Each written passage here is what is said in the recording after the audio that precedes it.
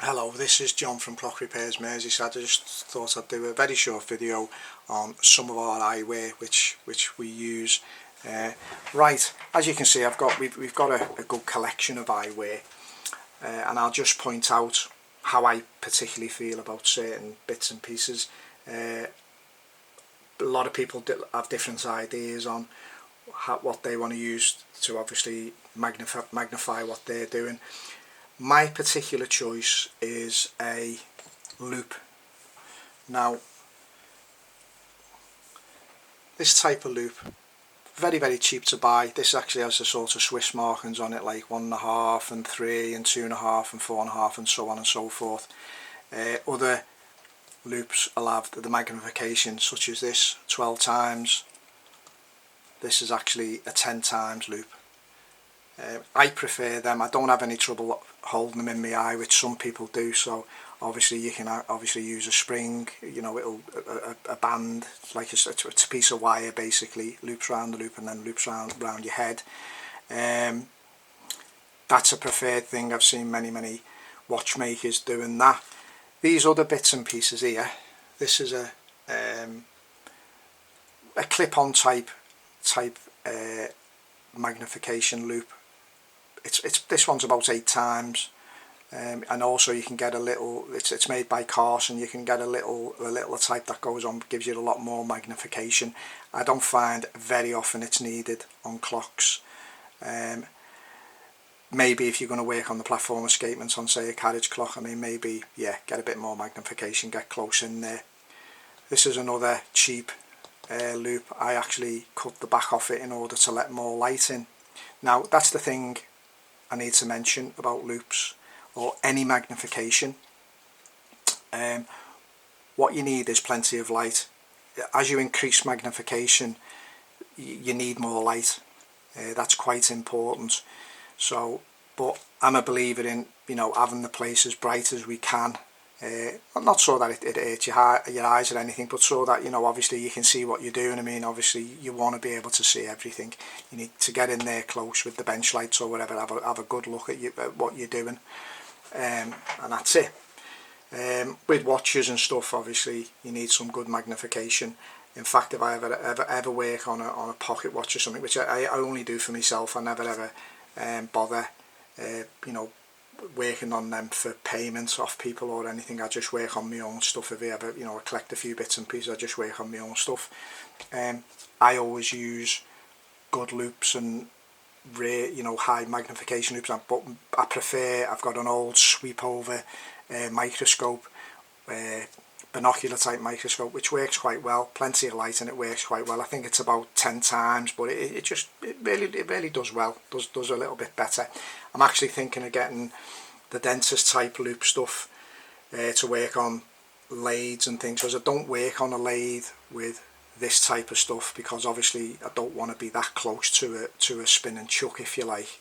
I'd prefer, obviously in that case I'll wear a visor like this type of thing, and these are good. They have interchangeable lenses, so you can you know, interchange them, but I don't think they have the working distance of a dentist loop, a dentist type clip-on your glasses type loop. So I'm looking into working on them, but again the prices are so varying. I mean, they're anything from £30 up to probably £300. So I mean, I'm going to look into what the real differences are. Obviously you get what you pay for, certainly with tools. Now, on saying that, we have these more expensive loops. Now, all these loops you see here, they're all pretty cheap. I mean, you'd get a set of these aluminium looking loops for probably a tenner. You get these Chinese type loops for, I don't know, a couple of £1 each maybe. This one's a little bit more expensive at about a tenner, and I think they're all mineral glass. Now these loops over here are a more specialised loop,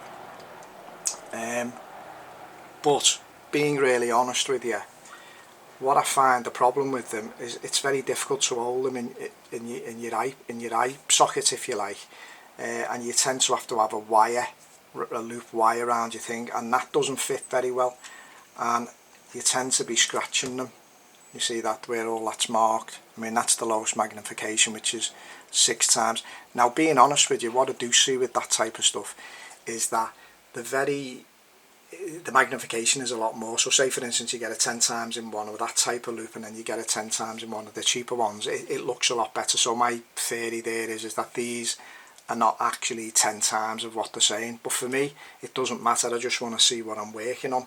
That's what I want to do. So that's how I work it out. So I just pick a loop, and what works, what I can see, that's how I'm going to do it. That's what I'm going to go with.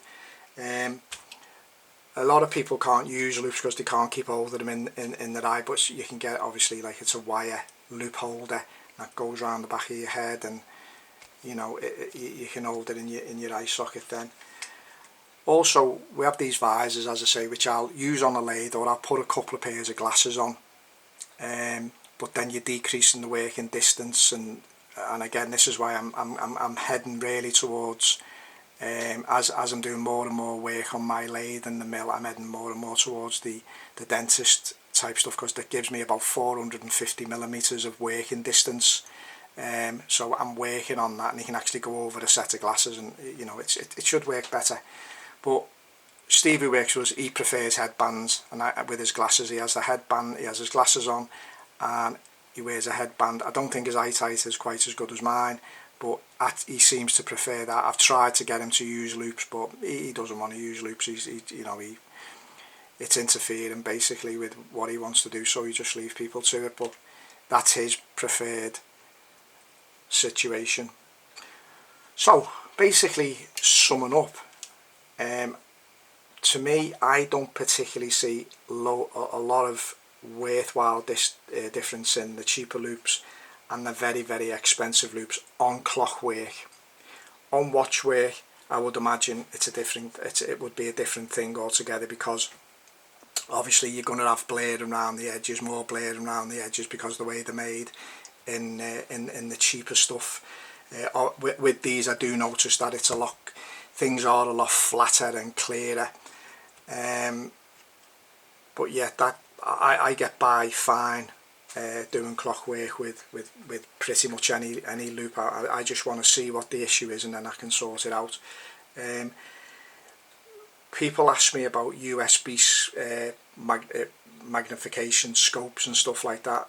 The thing I find about them is that everything's very flat. So if, for instance, if you're working on a platform escapement, it's flat. So you're sort of going in, and where something may be a bit higher than what you can see, you could go in with a screwdriver, say for instance on a hairspring, and it won't be, you've got a bit of an error, so you can't see properly, so you can actually probably damage the hairspring by accident, of course, and you know, but it's still then a problem, isn't it? So I don't favour them USB type microscopes, but again, it's a preference. I mean, I'm sure if that's what I had to use all the time, I'm sure I'd get used to the working distances, and you know, the flatness here and there. I'm sure I'd be able to cope with it and get by. But yeah, so that's my take on loops. Hope you found it interesting. If you did, please thumbs up and a like, and this encourages me to do more and more videos. It's simply not about, you know, me getting paid anything off YouTube. I mean, how many people subscribes? This is really about gaining a bit of interest, people gaining an interest in clockmaking, because we certainly need more clockmakers in this industry, because I mean, it's becoming, sometimes I feel I'm the only person around fixing clocks. I mean, it really needs an I'd be happy for someone to come along. I'm always happy for someone to come along and you know, interested in clocks, because and the younger they are, the better, because you know, it's such a fantastic industry.